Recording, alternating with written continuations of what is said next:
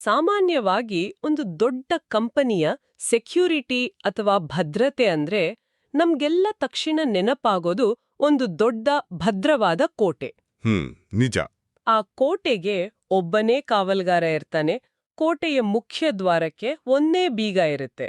ಒಳಗೆ ಯಾರು ಬರಬೇಕು, ಹೊರಗೆ ಯಾರು ಹೋಗ್ಬೇಕು ಅನ್ನೋ ನಿಯಮಗಳು ಬಹಳ ಸ್ಪಷ್ಟವಾಗಿರುತ್ತೆ ಅಲ್ವಾ? ಹೌದು. ಯಾರು ಏನೇ ತಪ್ಪು ಮಾಡಿದ್ರು ಅಥವಾ ಭದ್ರತೆಗೆ ಸ್ವಲ್ಪ ಧಕ್ಕೆ ಆದ್ರೂ ಆ ಕಾವಲುಗಾರನನ್ನೇ ಹಿಡಿದು ಪ್ರಶ್ನೆ ಮಾಡಲಾಗತ್ತೆ. ಕರೆಕ್ಟ್. ಜವಾಬ್ದಾರಿ ಯಾರ್ದು ಅನ್ನೋದು ಎಲ್ರಿಗೂ ಗೊತ್ತಿರುತ್ತೆ. ಹೌದು. ಎಲ್ಲಿ ಜವಾಬ್ದಾರಿಗಳು ಸ್ಪಷ್ಟವಾಗಿರ್ತವೋ ಅಲ್ಲಿ ನಿರ್ಧಾರ ತೆಗೆದುಕೊಳ್ಳುವುದು ಬಹಳ ಸುಲಭ. ಎಕ್ಸಾಕ್ಟ್ಲಿ. ಇದೇ ಕೆಲ್ಸ ನಿಂದು, ಇದೇ ಕೆಲ್ಸ ನಂದು ಅಂತ ಒಂದು ಗೆರೆ ಎಳೆದ ಹಾಗೆ ಎಲ್ಲವೂ ಕ್ಲಿಯರ್ ಆಗಿರುತ್ತೆ. ಆದ್ರೆ ಈಗಿನ ಆಧುನಿಕ ಕಾರ್ಪೊರೇಟ್ ಜಗತ್ತಿನಲ್ಲಿ ನಾವು ದತ್ತಾಂಶ ಅಂದ್ರೆ ಡೇಟಾ ಅನ್ನೋ ಈ ಕಣ್ಣಿಗೆ ಕಾಣದ ಅದೃಶ್ಯ ಕೋಟೆಯೊಳಗೆ ಕಾಲಿಟ್ಟಾಗ ಆ ಹಳೆಯ ಸ್ಪಷ್ಟತೆ ಸಂಪೂರ್ಣವಾಗಿ ಮಾಯವಾಗುತ್ತೆ. ಖಂಡಿತ ಮಾಯವಾಗುತ್ತೆ. ಈ ಡೇಟಾ ಕೋಟೆಗೆ ಈಗ ಒಬ್ಬನಲ್ಲ, ಇಬ್ರು ಕಾವಲುಗಾರರಿದ್ದಾರೆ. ಇಬ್ಬರಿಗೂ ಬೇರೆ ಬೇರೆ ನಿಯಮಗಳಿವೆ. ಆಮೇಲೆ ಇಬ್ಬರ ಗುರಿಗಳು ಕೂಡ ಒಂದಕ್ಕೊಂದು ವಿರುದ್ಧವಾಗಿವೆ. ಹೌದು, ಇದು ಬಹಳ ಕಾಂಪ್ಲೆಕ್ಸ್ ಆದ ಸನ್ನಿವೇಶ. ಇಂದಿನ ಈ ಆಳವಾದ ವಿಶ್ಲೇಷಣೆಯಲ್ಲಿ ನಾವು ಚರ್ಚೆ ಮಾಡಲಿರುವ ವಿಷಯ ಇದೆ. ಒಂದು ದೊಡ್ಡ ಸಂಸ್ಥೆಯಲ್ಲಿ ಡೇಟಾದ ನಿಜವಾದ ಕಂಟ್ರೋಲ್ ಅಂದ್ರೆ ನೈಜ ನಿಯಂತ್ರಣ ಯಾರ ಕೈಯಲ್ಲಿದೆ? ಬಹಳ ಪ್ರಸ್ತುತವಾದ ವಿಷಯ ಇದು. The governance paradox, navigating the DPO and CISO divide ಎಂಬ ಲೇಖನದ ಆಯ್ದ ಭಾಗಗಳನ್ನ ಇಟ್ಟುಕೊಂಡು ನಾವು ಇದನ್ನ ಬಿಡಿಸಿ ನೋಡಲಿದ್ದೇವೆ. ಡಿಪಿಒ ಅಂದ್ರೆ ದತ್ತಾಂಶ ರಕ್ಷಣಾ ಅಧಿಕಾರಿ ಮತ್ತು ಸಿಐಎಸ್ಒ ಅಂದ್ರೆ ಮುಖ್ಯ ಮಾಹಿತಿ ಭದ್ರತಾ ಅಧಿಕಾರಿ. ಇವರಿಬ್ಬರ ಪಾತ್ರಗಳು ಒಂದಕ್ಕೊಂದು ಹೇಗೆ ಡಿಕ್ಕಿ ಹೊಡೆಯುತ್ತವೆ ಮತ್ತು ಇದು ಕಂಪನಿಗಳ ಒಳಗೆ ಎಂತಹ ದೊಡ್ಡ ಆಡಳಿತಾತ್ಮಕ ಬಿಕ್ಕಟ್ಟನ್ನ ಸೃಷ್ಟಿ ಮಾಡ್ತಿದೆ ಅನ್ನೋದನ್ನ ನಾವು ಅರ್ಥ ಮಾಡ್ಕೊಳ್ಳಲಿದ್ದೇವೆ. ಈ ವಿಷಯದ ಬಗ್ಗೆ ಚರ್ಚೆ ಮಾಡುವುದು ಇವತ್ತಿನ ದಿನಗಳಲ್ಲಿ ಅತ್ಯಗತ್ಯ. ಹೌದು. ಯಾಕೆಂದ್ರೆ ಮೊದಲೆಲ್ಲ ಡೇಟಾ ಅಂದ್ರೆ ಕೇವಲ ಕೆಲವು ರೆಕಾರ್ಡ್ಗಳು ಅಥವಾ ಫೈಲ್ಗಳು ಮಾತ್ರ ಆಗಿತ್ತು. ಆದರೆ ಈಗ ಡೇಟಾ ಅಂದ್ರೆ ಅದು ಒಂದು ದೊಡ್ಡ ಆಸ್ತಿ. ಅದು ಮನುಷ್ಯನ ಮೂಲಭೂತ ಹಕ್ಕು ಕೂಡ ಹೌದು. ಸರಿಯಾಗಿ ಹೇಳಿದಿರಿ. ಈ ಅಧ್ಯಯನದ ಮೂಲಕ ನಾವು ತಿಳಿದುಕೊಳ್ಳಬೇಕಾದ ಗುರಿ ಬಹಳ ಸ್ಪಷ್ಟವಾಗಿದೆ.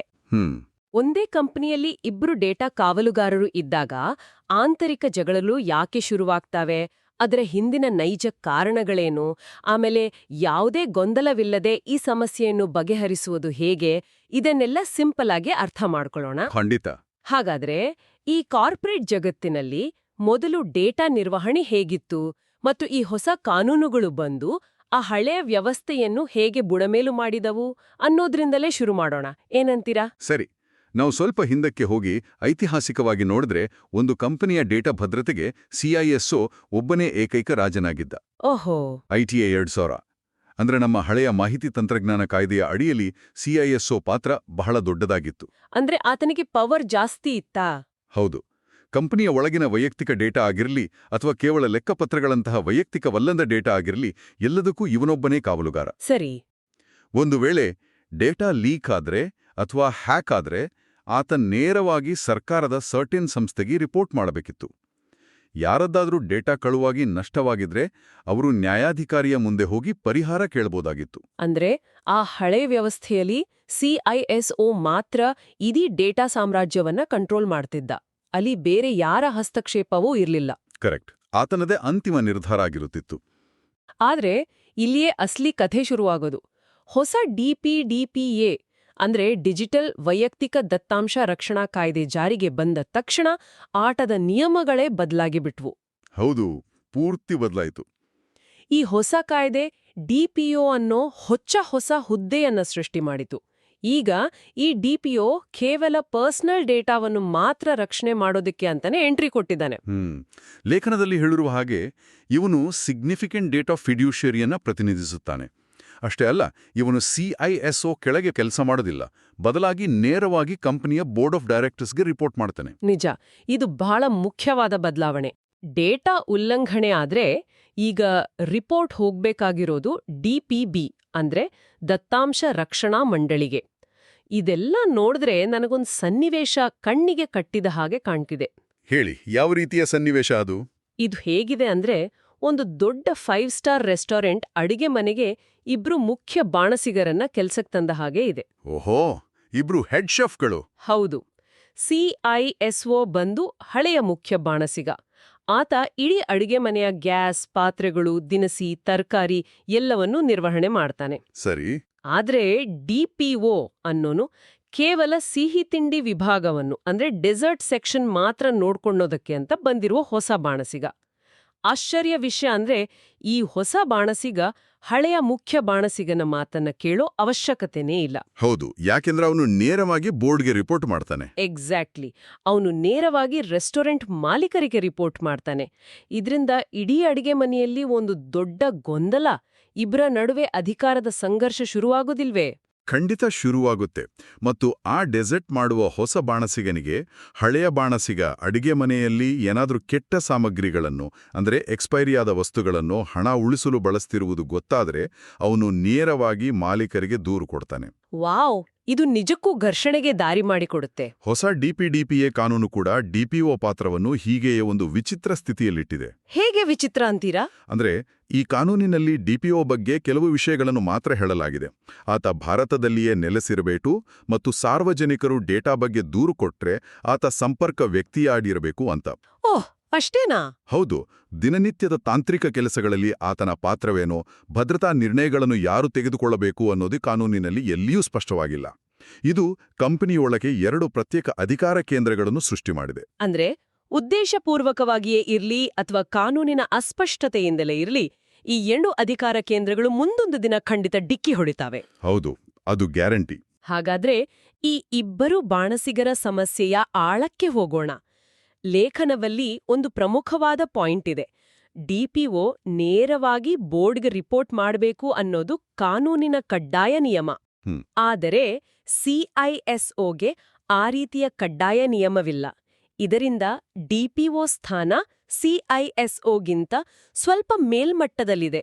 ಆತನ ಪವರ್ ಸ್ವಲ್ಪ ಹೆಚ್ಚು ಅನ್ನೋ ಭಾವನೆ ಬರುವುದಿಲ್ವೇ? ಖಂಡಿತ ಬರ್ತದೆ. ಇದು ಅಂತಸ್ತಿನ ಅಸಮಾನತೆಯನ್ನು ಅಂದ್ರೆ ಒಂದು ರೀತಿಯ ಸ್ಟೇಟಸ್ ಇನ್ಈಕ್ವಾಲಿಟಿಯನ್ನು ಹುಟ್ಟುಹಾಕ್ತದೆ. ನಿಜ. ಸಿಐಎಸ್ಒ ಇಷ್ಟು ವರ್ಷದಿಂದ ಕಂಪನಿಯನ್ನು ಕಾಪಾಡಿಕೊಂಡು ಬಂದಿದ್ರೂ ಹೊಸದಾಗಿ ಬಂದ ಡಿಪಿಒಗೆ ಹೆಚ್ಚು ಮರ್ಯಾದೆ ಸಿಗುತ್ತಿದೆ ಎಂಬ ಭಾವನೆ ಮೂಡಬಹುದು. ಸಹಜ ಅಲ್ವಾ? ಆದರೆ ಇದು ಕೇವಲ ವರದಿ ಮಾಡುವ ಪ್ರಕ್ರಿಯೆ ಬಗ್ಗೆ ಮಾತ್ರವಲ್ಲ. ಕಾರ್ಯಾಚರಣೆಯ ಅಂದ್ರೆ ಆಪರೇಷನಲ್ ಲೆವೆಲ್ನಲ್ಲಿ ಇವರ ನಡುವೆ ಇರುವ ಸಂಬಂಧ ಬಹಳ ಸಂಕೀರ್ಣವಾಗಿದೆ. ಅದು ಹೇಗೆ? ಲೇಖನ ಏನು ಹೇಳ್ತದೆ ಅಂದ್ರೆ, ಮಾಹಿತಿ ಭದ್ರತೆಯ ಮೇಲಿನ ಬಹುತೇಕ ಬೆದರಿಕೆಗಳು ಶುರುವಾಗುವುದೇ ಗೌಪ್ಯತೆಯ ಉಲ್ಲಂಘನೆಯಿಂದ. ಇದನ್ನ ಸ್ವಲ್ಪ ಬಿಡಿಸಿ ಹೇಳಿ. ಪ್ರೈವಸಿ ಉಲ್ಲಂಘನೆ ಹೇಗೆ ಸೆಕ್ಯೂರಿಟಿ ಸಮಸ್ಯೆಯಾಗಿ ಬದಲಾಗುತ್ತೆ? ಇದು ಹೇಗೆ ಕೆಲಸ ಮಾಡ್ತದೆ? ಒಂದು ಸಿಂಪಲ್ ಉದಾಹರಣೆ ತೆಗೆದುಕೊಳ್ಳೋಣ. ಒಬ್ಬ ಉದ್ಯೋಗಿಯ ಅಥವಾ ಕಸ್ಟಮರ್ನ ವೈಯಕ್ತಿಕ ಡೇಟಾ ಅಂದ್ರೆ ಅವರ ಪಾಸ್ವರ್ಡ್, ಹುಟ್ಟಿದ ದಿನಾಂಕ ಅಥವಾ ಐಡೆಂಟಿಟಿಯನ್ನ ಕಳ್ಳತನ ಮಾಡಲಾಯಿತು ಅಂತ ಇಟ್ಕೊಳ್ಳಿ. ಸರಿ. ಇದು ಮೊದಲ ಹಂತದಲ್ಲಿ ಪ್ರೈವಸಿ ಉಲ್ಲಂಘನೆ. ಅಂದ್ರೆ ಇದು ಡಿಪಿಒ ಅವರ ತಲೆನೋವು. ಆದರೆ ಆ ಕದ್ದ ಐಡೆಂಟಿಟಿಯನ್ನು ಬಳಸ್ಕೊಂಡು ಆ ಕಳ್ಳ ಕಂಪನಿಯ ಮುಖ್ಯ ಸರ್ವರ್ ಒಳಗಡೆ ಲಾಗಿನ್ ಆಗ್ಬಿಟ್ರೆ? ಓ, ಆಮೇಲೆ ಕಥೆನೇ ಬೇರೆ. ಹೌದು.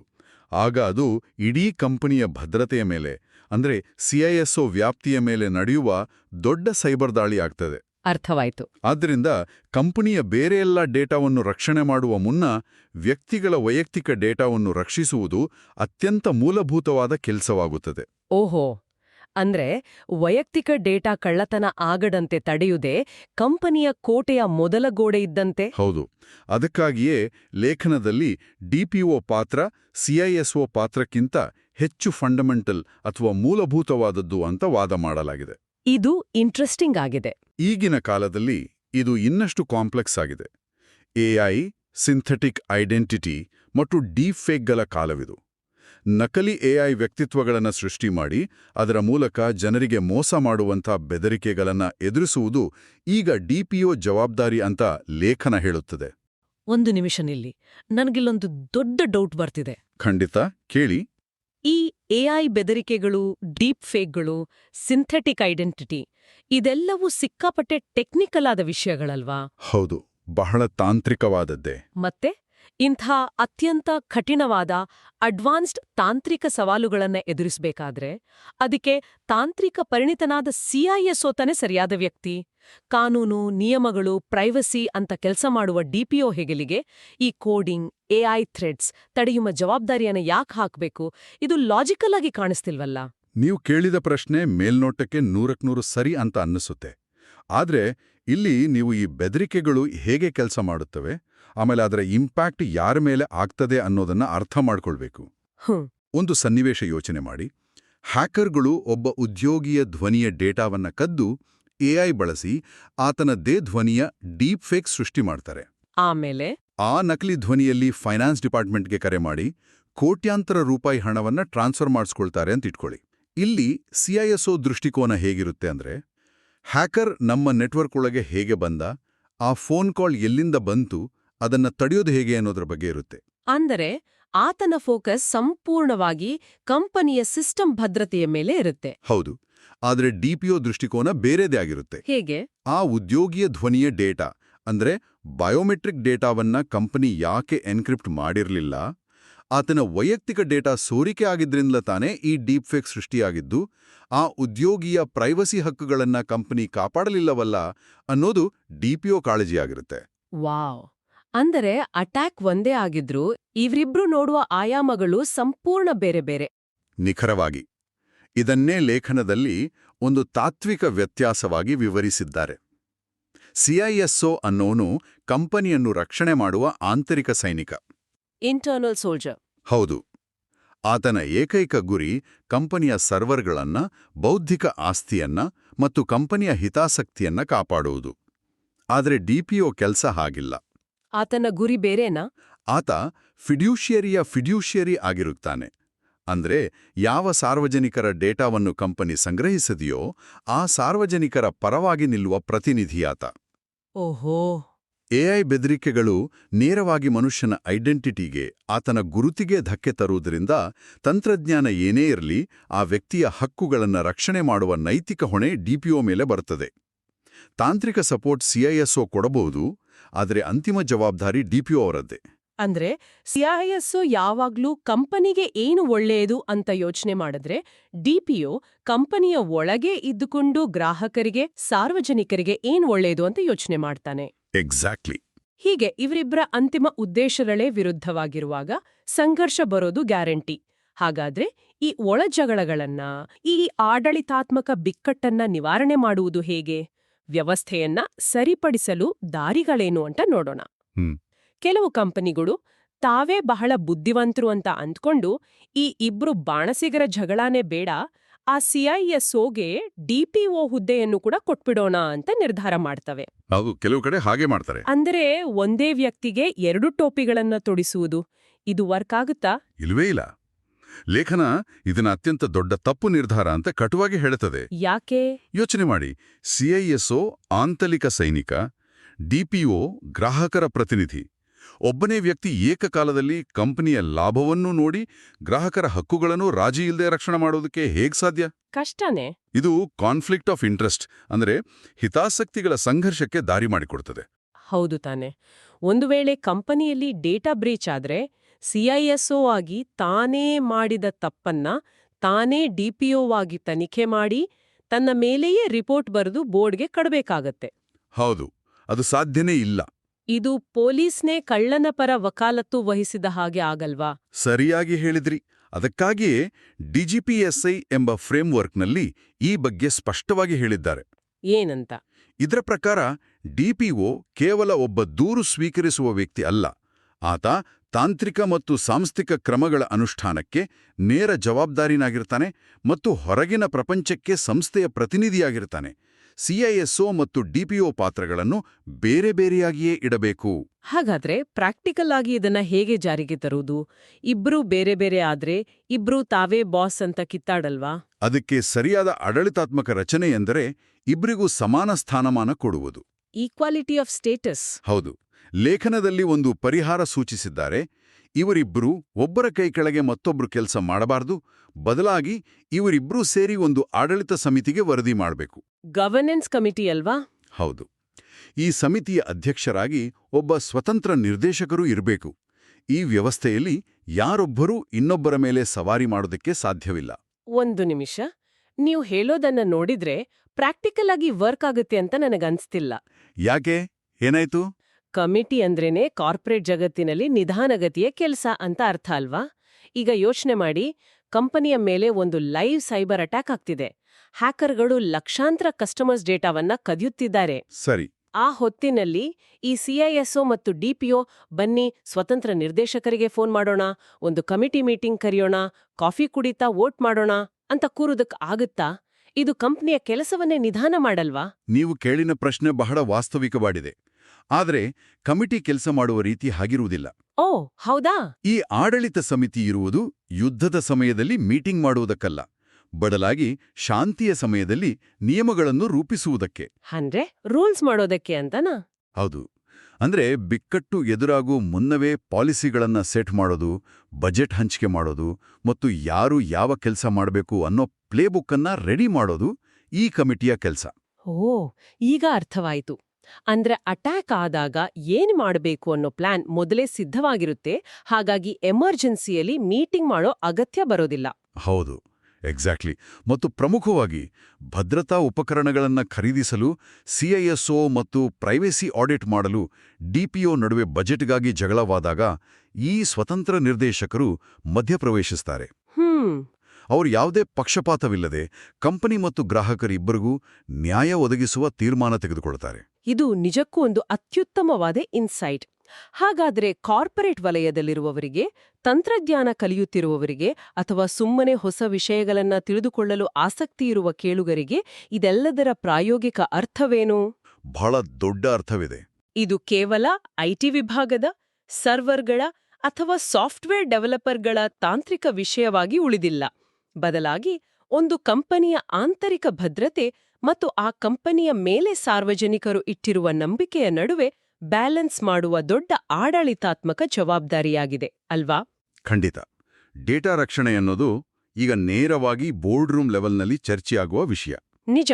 ಹೊಸ ಕಾನೂನುಗಳು CISO ಮತ್ತು DPO ಎಂಬ ಭಿನ್ನವಾದ ಆದರೆ ಸಮಾನವಾದ ಪಾತ್ರಗಳ ಅಗತ್ಯವನ್ನ ಸೃಷ್ಟಿ ಮಾಡಿವೆ.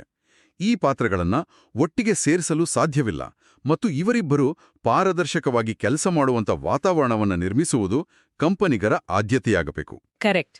ಈ ಬದಲಾವಣೆಗಳನ್ನು ಒಪ್ಪಿಕೊಳ್ಳದ ಕಂಪನಿಗಳು ಕೇವಲ ಕಾನೂನಿನ ಶಿಕ್ಷೆಗಷ್ಟೇ ಅಲ್ಲ, ಸಾರ್ವಜನಿಕರ ವಿಶ್ವಾಸವನ್ನ ಕಳಕೊಂಡು ಮೂಲೆಗುಂಪಾಗುವ ಅಪಾಯವಿದೆ. ಆಧುನಿಕ ಯುಗದಲ್ಲಿ ಕಾರ್ಪೊರೇಟ್ ರಚನೆ ಹೇಗೆ ಬದಲಾಗುತ್ತಿದೆ ಅನ್ನೋದನ್ನ ಅರ್ಥ ಮಾಡಿಕೊಳ್ಳಲು ಈ ಜ್ಞಾನ ಎಲ್ಲರಿಗೂ ಬಹಳ ಮುಖ್ಯ. ಯಾವುದೇ ಗೊಂದಲವಿಲ್ಲದೆ ಒಂದು ಸ್ಪಷ್ಟವಾದ ಚಿತ್ರಣವನ್ನ ಈ ಲೇಖನ ನಮ್ಗೆ ಕೊಟ್ಟಿದೆ. ಹೌದು, ಬಹಳ ಸ್ಪಷ್ಟವಾಗಿ. ನಾವು ಈ ಆಳವಾದ ವಿಶ್ಲೇಷಣೆಯ ಕೊನೆಯ ಘಟ್ಟಕ್ಕೆ ಬಂದಿದ್ದೇವೆ. ಮುಕ್ತಾಯಗೊಳಿಸುವ ಮುನ್ನ ಕೇಳುಗರ ಯೋಚನೆಗೆ ಅಂತ ಒಂದು ಕುತೂಹಲಕಾರಿ, ಸ್ವಲ್ಪ ಮಟ್ಟಿಗೆ ಭಯ ಹುಟ್ಟಿಸುವಂಥ ಕಲ್ಪನೆಯನ್ನ ನಾನು ಮುಂದಿಡ್ತಿದ್ದೇನೆ. ಹೇಳಿ, ಏನದು? ಇದು ಲೇಖನದಲ್ಲಿ ನೇರವಾಗಿ ಇಲ್ಲದಿದ್ರೂ ನಾವು ಇಷ್ಟು ಹೊತ್ತು ಮಾಡಿದ ಚರ್ಚೆಯ ಮುಂದುವರೆದ ಭಾಗವಿದು. ಇಷ್ಟೊತ್ತು ನಾವು ಡೇಟಾ ಬ್ರೀಚ್, ಹ್ಯಾಕಿಂಗ್, ಹೊರಗಡೆಯಿಂದ ಬರುವ ಸೈಬರ್ ದಾಳಿ ಬಗ್ಗೆ ಮಾತನಾಡಿದೆವು. ಹೌದು. ಆದ್ರೆ ಒಂದು ವೇಳೆ ಕಳ್ಳ ಹೊರಗಿನವನೂ ಆಗಿಲ್ಲದೇ ಇದ್ರೆ? ಅಂದ್ರೆ ಒಂದು ವೇಳೆ ಆ ಕಂಪನಿಯೇ ಸ್ವತಃ ತನ್ನ ಲಾಭಕ್ಕಾಗಿ, ತನ್ನ ಬಿಸ್ನೆಸ್ ಬೆಳೆಸೋದಕ್ಕಾಗಿ ಗ್ರಾಹಕರ ಡೇಟಾವನ್ನು ಅವರ ಅನುಮತಿಯಿಲ್ಲದೆ ಆಕ್ರಮಣಕಾರಿಯಾಗಿ ಬಳಸಲು ಮುಂದಾದರೆ ಏನಾಗುತ್ತದೆ? ಇದೊಂದು ಅತ್ಯಂತ ಗಂಭೀರವಾದ ನೈತಿಕ ಮತ್ತು ಕಾನೂನುಬದ್ಧ ಬಿಕ್ಕಟ್ಟು. ಹೌದು. ಇಂತಹ ಸನ್ನಿವೇಶದಲ್ಲಿ ಕಂಪನಿಯ ಹಿತಾಸಕ್ತಿಯನ್ನು ಮತ್ತು ಅದರ ಲಾಭವನ್ನು ಕಾಪಾಡಬೇಕಾದ ಆಂತರಿಕ ಸೈನಿಕ CISO ಮತ್ತು ಗ್ರಾಹಕರ ಹಕ್ಕುಗಳನ್ನ ರಕ್ಷಣೆ ಮಾಡಲೇಬೇಕಾದ ಪ್ರತಿನಿಧಿ DPO ನಡುವೆ ನೇರವಾದ ಯುದ್ಧ ಶುರುವಾಗುತ್ತದೆ. ಖಂಡಿತ. ಆಗ ನಾವು ಆಗಲೇ ಮಾತನಾಡಿದ ಆ ಆಡಳಿತ ಸಮಿತಿಯ ಸ್ವತಂತ್ರ ನಿರ್ದೇಶಕರು ಯಾರ ಪರ ನಿಲ್ಲುತ್ತಾರೆ? ಲಾಭ ತಂದುಕೊಡುವ ಕಂಪನಿಯ ಪರವೋ ಅಥವಾ ನಂಬಿಕೆ ಇಟ್ಟು ಡೇಟಾ ಕೊಟ್ಟ ಗ್ರಾಹಕರ ಪರವೋ? ಬಹಳ ಕಷ್ಟದ ಪ್ರಶ್ನೆ. ನಿರ್ಧಾರವೇ ಆ ಕಂಪನಿಯ ಭವಿಷ್ಯವನ್ನು ಬರೆಯುತ್ತದೆ. ಆರಂಭದಲ್ಲಿ ನಾವು ಮಾತನಾಡಿದ ಆ ಡೇಟಾ ಕೋಟೆಗೆ ಈಗ ಇಬ್ರು ಕಾವಲುಗಾರರಿದ್ದಾರೆ, ನಿಜ. ಆದ್ರೆ ಕೋಟೆಯ ಮಾಲೀಕನೇ ಕಳ್ಳತನ ಕೇಳಿದ್ರೆ ಆ ಕಾವಲುಗಾರರ ಕಥೆ ಏನು? ಈ ಒಂದು ಆಳವಾದ ಪ್ರಶ್ನೆಯನ್ನು ಯೋಚನೆಗೆ ಬಿಡುತ್ತಾ ಇಂದಿನ ನಮ್ಮ ಈ ಅಧ್ಯಯನವನ್ನು ಇಲ್ಲಿಗೆ ಮುಕ್ತಾಯಗೊಳಿಸೋಣ. ಯೋಚನೆ ಮಾಡ್ತೀರಿ?